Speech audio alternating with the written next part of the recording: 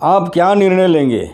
क्या आपको पता भी है कि जीवन के केवल दो ही मार्ग है, जिसमें से किसी एक मार्ग को आपको चुनना ही होगा और इसी जीवन के रहते ही आपको यह निर्णय लेने होंगे।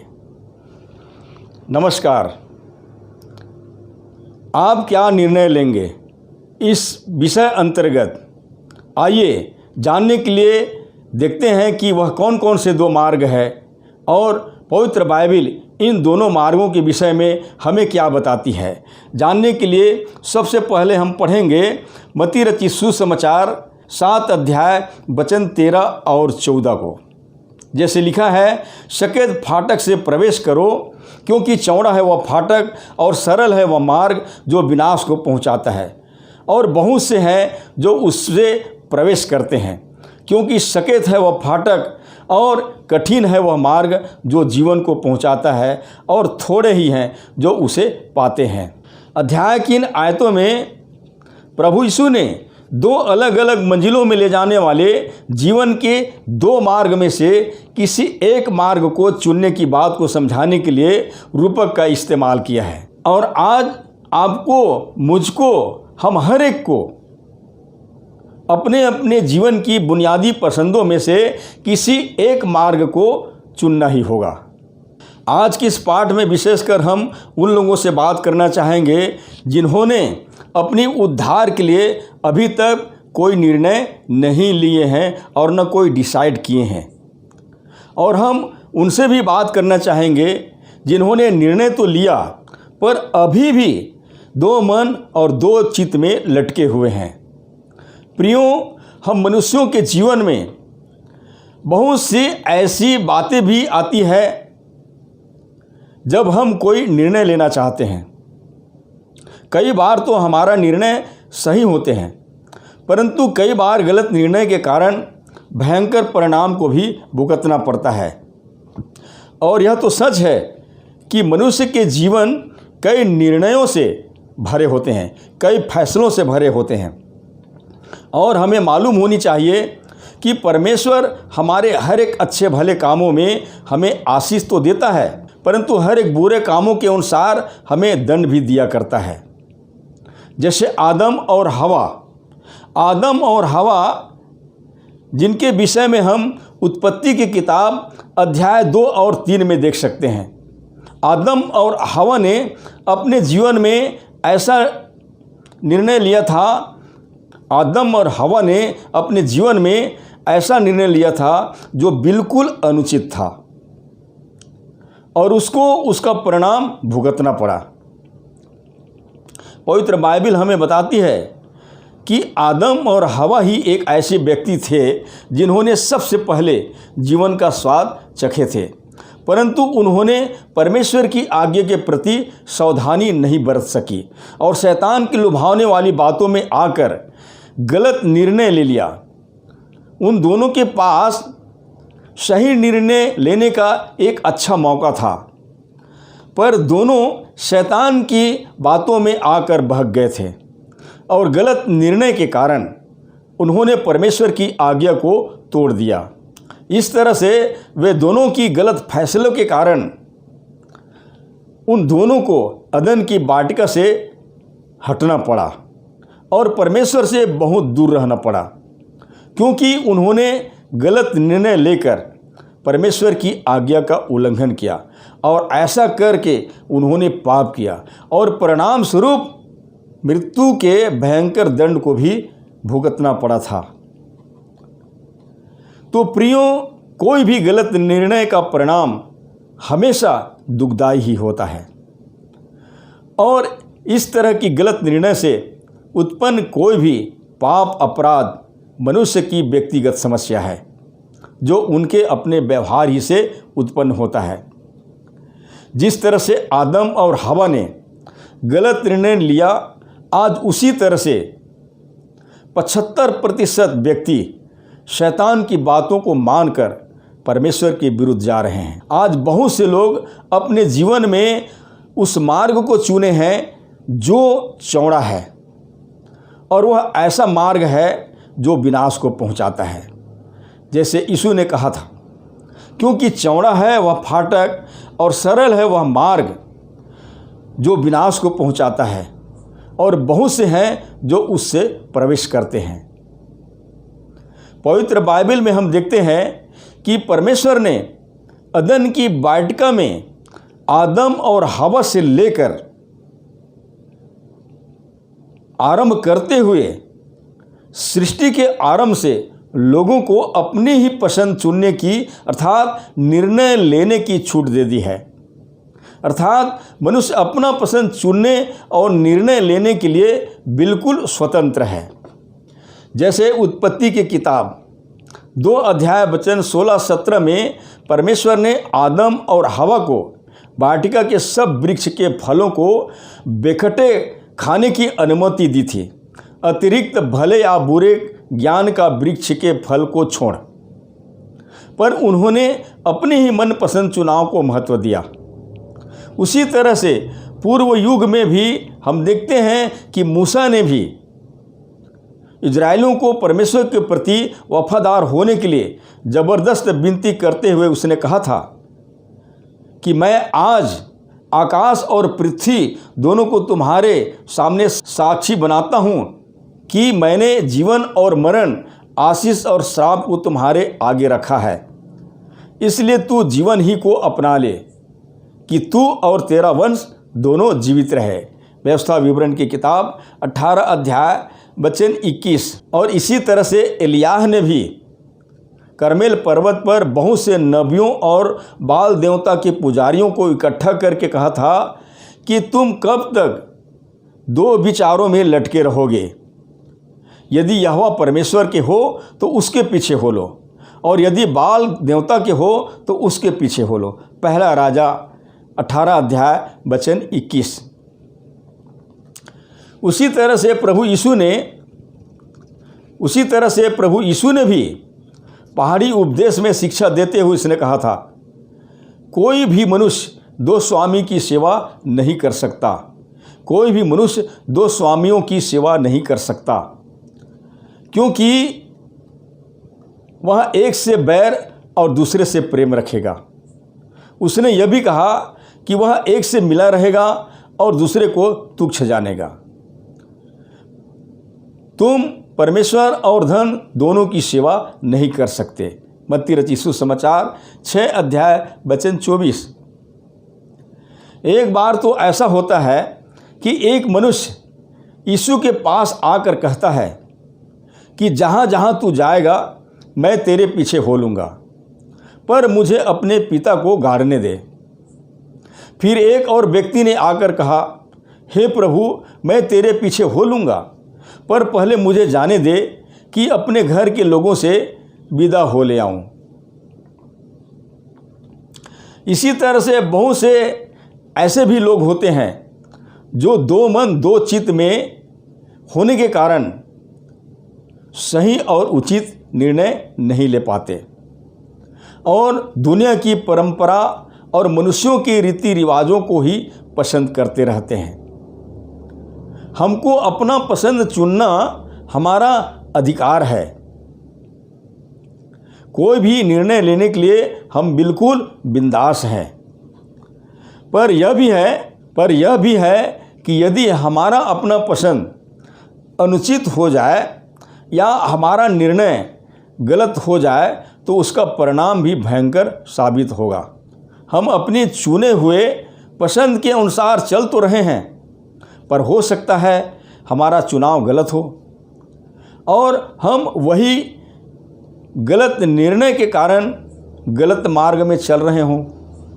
पवित्र बाइबल हमें यह भी बताता है, बहुत से ऐसा भी मार्ग है जो मनुष्यों को ठीक जान पड़ता है, लेकिन उसके अंत में मृत्यु ही मिलता है। नीति वचन की किताब 14 अध्याय वचन 12। आज जब लोगों को परमेश्वर के उद्धार के विषय में बताया जाता है तो लोग सद्ज्ञान के अनुसार इसको मानना ही नहीं चाहते हैं। परमेश्वर का वचन कहता है कि जो उद्धार पाना चाहते हैं, पापों की क्षमा और छुटकारा पाना चाहते हैं, उसे परमेश्वर और प्रभु यीशु पर विश्वास लाना चाहिए और जैसे परमेश्वर पिता का आदर करते हैं वैसे ही पुत्र यीशु का भी आदर करनी चाहिए। फिर उन्हें अपने पापों से मन फिराना चाहिए और उन गलत मार्गों से फिरना चाहिए जो गलत निर्णय के कारण गलत मार्ग में चल रहे हों।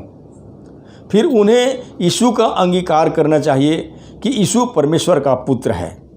फिर उन्हें पापों की क्षमा के लिए बपतिस्मा लेनी चाहिए, जैसे मरकुस रचित सुसमाचार 16 अध्याय वचन 16 हमें बताता है कि जो विश्वास करे और बपतिस्मा ले उसी का उद्धार होगा।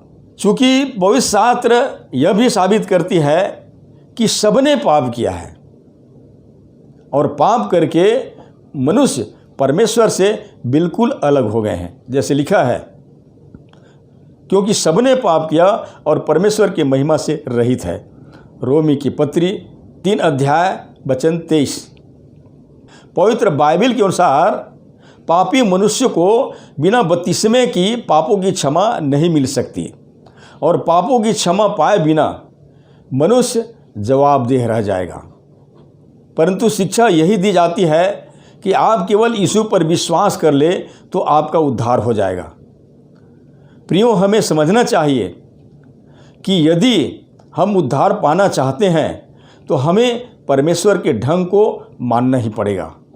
अब्राहम के विषय में हम उत्पत्ति की किताब 22 अध्याय में पढ़ते हैं, जिसमें परमेश्वर ने उससे कहा था कि अपना एकलौता पुत्र इसहाक को, जिससे तू प्रेम रखता है, संग लेकर मोरियत देश को चला जा और वहाँ उसको एक पहाड़ के ऊपर ले जा, जो मैं तुझे बताऊंगा, होम बलि करके चढ़ाना। वहाँ हम देखते हैं कि अब्राहम ने इस बात के लिए कोई आनाकानी नहीं किया। उसने तैयारी की और जल्द ही अपने पुत्र इसहाक को कुर्बानी के लिए ले गया। परमेश्वर ने देखा कि अब्राहम उसे कितना प्रेम करता है और वो परमेश्वर का भय मानता है, जिसके कारण उसे बलि करने से रोक देता है। और स्वयं परमेश्वर ने बलि के लिए मेढ़े का उपाय करता है। ठीक उसी प्रकार आज हमारे लिए परमेश्वर ने यीशु के रूप में एक बहुत बड़ा बलिदान मनुष्य जाति के लिए दे दिया है, क्योंकि उसके लहू बहाए बिना पापों की क्षमा संभव नहीं था। लेकिन आज यीशु का लहू हमें सब पापों से शुद्ध करता है। अब्राहम ने विश्वास से परमेश्वर की आज्ञा को माना और उसने सही निर्णय लेकर परमेश्वर को प्रसन्न किया। परंतु यदि हम उत्पत्ति की किताब 13 अध्याय पढ़ते हैं तो हम देखते हैं कि अब्राहम का भतीजा लूत ने सही निर्णय नहीं लिया। अब्राहम ने लूत को अपना निर्णय करने की एक अच्छा अवसर देते हुए उससे कहा था कि तुझे जो जगह पसंद हो ले ले, और कहा अगर तू बाईं ओर जाए तो मैं दाहिनी ओर जाऊंगा, और अगर तू दाहिनी ओर जाए तो मैं बाईं ओर जाऊंगा। लूत ने अपने लिए सारे तराई को चुनकर पूर्व की ओर चला गया। बाद में हम देखते हैं कि उसका यह निर्णय गलत था, इसलिए उसे आगे चलकर बहुत बड़ा नुकसान उठाना पड़ा था, और यहाँ तक कि उसे उस स्थान को छोड़कर दूसरे स्थान को जाना पड़ा। आरंभ में उनका निर्णय उसके अपने दृष्टिकोण से तो बहुत ही अच्छा लगा और सही लगा, पर बाद में उसे पता चला कि उसने बहुत ही गलत निर्णय ले लिया था। इसीलिए हम इस उदाहरण से यही सीखते हैं कि जीवन में निर्णय करते समय बहुत ही सतर्क रहनी चाहिए, बड़े ही सावधानी के साथ निर्णय लेनी चाहिए, इसी तरह से एक और शख्स के विषय में हम पढ़ते हैं जिसे अपने जीवन में बिल्कुल और सही निर्णय लिया था, और वो शख्स है मोजेस, मतलब मूसा। जी हाँ प्रियो, मूसा ने थोड़े ही दिनों में अधिक सुख भोगने की अपेक्षा उसने अपने लोगों अर्थात इजराइलों के साथ अधिक दुख भोगना उत्तम समझा, और यहाँ तक कि राजघराने में राजा फिरौन की बेटी का पुत्र कहलाने से भी इनकार कर देता है। मनुष्य संसार की धार्मिकता और परंपरा को ही अपना मार्ग बनाने के निर्णय कर तो लेते हैं, पर वास्तविक में उनका यह निर्णय सही नहीं होता है। हम कई बार अनंत जीवन को भूल जाते हैं और उस प्रतिफल को भूल जाते हैं जो परमेश्वर ने अपने विश्वास योग्य लोगों को देना चाहता है। आज लोगों को यह मालूम होनी चाहिए कि परमेश्वर ने अपना पुत्र यीशु को सबके लिए दे दिया है, जिसमें पापों की क्षमा, छुटकारा, उद्धार और अनंत जीवन प्राप्त होता है। आज लोगों को यह भी मालूम होनी चाहिए कि मनुष्य के सामने जीवन के दो मार्ग ठहराए गए हैं, जिसमें एक मार्ग स्वर्ग की ओर और दूसरा मार्ग नरक की ओर जाता है। नरक को जाने के लिए अनेकों मार्ग है, अनेकों मध्यस्थ है, अनेकों माध्यम है, परंतु स्वर्ग जाने के लिए केवल एक ही मार्ग है और एक ही मध्यस्थ है। Only one way, one mediator. और पवित्र बाइबल के अनुसार वह मार्ग और मध्यस्थ है प्रभु यीशु मसीह। जैसे कि यीशु ने स्पष्ट कहा, मार्ग और सत्य और जीवन मैं ही हूँ, बिना मेरे द्वारा कोई पिता के पास नहीं पहुँच सकता। यूहन्ना रचित सुसमाचार 14 अध्याय वचन 6। और जैसे लिखा है, क्योंकि परमेश्वर तो एक ही है और परमेश्वर और मनुष्यों के बीच में भी एक ही बची हुई है, अर्थात मसीह यीशु। पहला तिमोथी की पत्री 2 अध्याय वचन 5। आज यीशु तमाम लोगों को बुला रहा है जो गलत निर्णय के कारण नरक की ओर जा रहे हैं और छुटकारा, उद्धार, पापों की क्षमा के लिए कठिन परिश्रम कर रहे हैं। विशेषकर प्रभु यीशु ने लोगों को सकेत फाटक से प्रवेश करने का आग्रह करते हुए उसने कहा है कि सकेत फाटक से प्रवेश करो, क्योंकि चौड़ा है वह फाटक और सरल है वह मार्ग जो विनाश को पहुंचाता है। तो प्रियो, मनुष्य के सामने केवल 2 ही मार्ग है, जिसमें से केवल एक ही मार्ग को चुनना होगा, और उस मार्ग को चुनना होगा जो सचमुच में स्वर्ग को पहुंचाता है, और वह मार्ग है प्रभु यीशु मसीह, ओनली जीसस। तो निर्णय आपके हाथ में है कि आप क्या निर्णय लेंगे। What will you decide? Thank you.